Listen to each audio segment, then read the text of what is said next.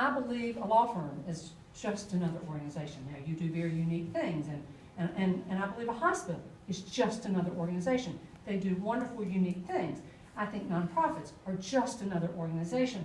Because every organization, whether it's a law firm or a hospital or anything, is a conglomeration of people coming together to do something, okay? And when it's a group of people coming together to do something, number one, you're going to have challenges because people have differences and blah, blah, blah.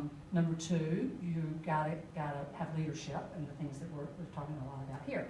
He said something a few minutes ago that I'm going to put it in my vernacular, okay?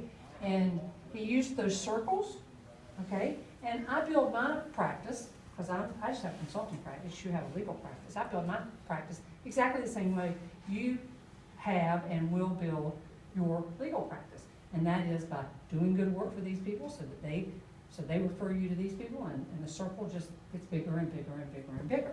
But if, in fact, you want to create any kind of organization, whether, again, it's a nonprofit, it's a for-profit, it's a law firm, it's a hospital, or anything, you've got to recognize, in my personal opinion, that you're not doing what you do to make money, okay? I often start this by asking, why do you think businesses are organizations?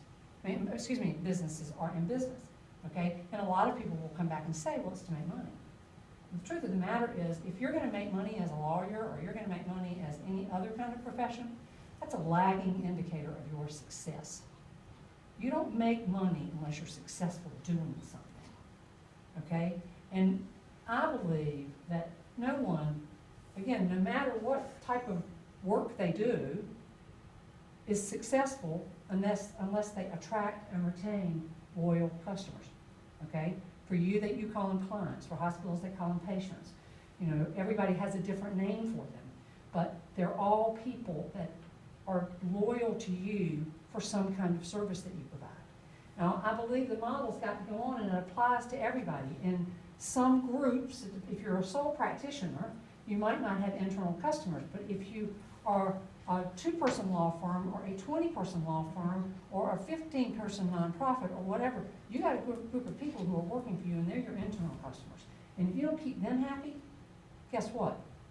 You can't keep those loyal customers up there. Because it may be, and I have a small consulting practice, so it's a lot dependent on me, but if Sharon's not serving my customers well, okay, and I'm not serving her well, it's going to interfere with my ability to attract and retain those loyal customers, okay? The next part, because every one of those internal customers has a direct point of connection to your external customers, right? Then we do believe, and y'all are going to talk at the end of this session more about personal mission vision and not as much about values, though I'd love to spend time with you on that. But we're going to talk more about the whole vision issue. But you got to have a strategy. I think you have to have a strategy for your life, and you have to have a strategy for your profession, okay? You got to have a plan for where you're going, and that's all a strategy is. You got to have people, okay? Even if it's just one paralegal or one administrative assistant or a spouse that helps you out, you've got to have people that are supporting you, or just friends that support you in your everyday life. And with that, you've got to provide effective leadership. And then there's got to be quality and responsiveness. There've got to be processes in place that allow you to do this. Now, that model applies to all kinds of organizations. And if you're a manufacturing facility, this piece, the whole process piece, is really, really, really important. But it's no more important than either of these. All of these things are important. And I believe, just based on what I heard, and then I want us to talk a little bit about what you all heard, that a lot of what Joe Cheshire was saying over there has a lot to do with just about every part of that model, okay? That in order to do anything, you've got to have your first loyal customer, and then you get another one, and then you get another one, and then you get another one, and you support them by making sure you have all of these bottom things in place.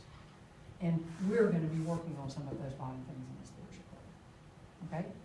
Not so much the strategy, other than on a personal side. We're going to work on that in our last session, but we're going to be working on those as we go forward, okay? So I'll have to get out of that.